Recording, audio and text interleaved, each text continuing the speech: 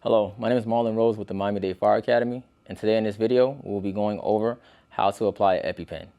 An EpiPen typically is applied to patients who deal with severe allergic reactions, also known as anaphylactic shock.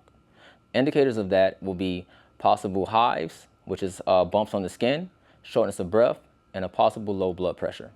You can definitely confirm this in your sample, which we went over in the patient assessment overview, by asking the patient whether or not they have any allergies. If they have allergies, it's typically going to be to bee stings or possibly nuts. If the patient did consume nuts or possibly had a bee sting, you would then ask the patient, "Sir, ma'am, do you carry an EpiPen?" Generally, if they normally have severe allergic reactions, they would have an EpiPen. If not, you can see if you can find one in the area that you are in.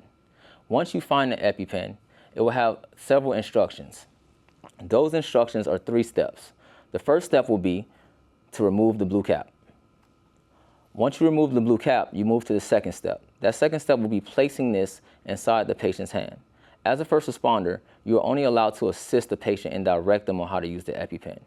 Once you give them to them and you tell them, place this on your lateral thigh, that will be the third step. At this point, the patient will push in to their thigh and hold it for 10 seconds.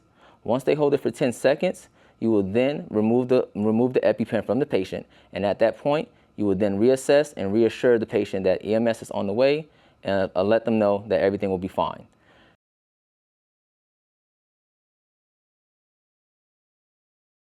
So at this moment, I will go ahead, hand over the patient the EpiPen. As a disclaimer, this is a training EpiPen for this scenario in itself. So this is not a real EpiPen. So what I want you to do is remove the cap, sir. Once removing the cap, I want you to go ahead and press it on your thigh. Please don't put your thumb over the top. Once you press it in your thigh, hold it for 10 seconds. Once the 10 seconds are up, you will then take the EpiPen from the patient, and then you will reassure and reassess the patient and allow them to know 911 is on the way, everything is going to be fine. If the patient themselves typically have severe allergies, they normally carry their own personal EpiPen and they know how to navigate it themselves. But in that moment, you still will reassure that the patient is doing it in the appropriate area and navigate them to where they may want to actually apply the EpiPen. This concludes the application of an EpiPen.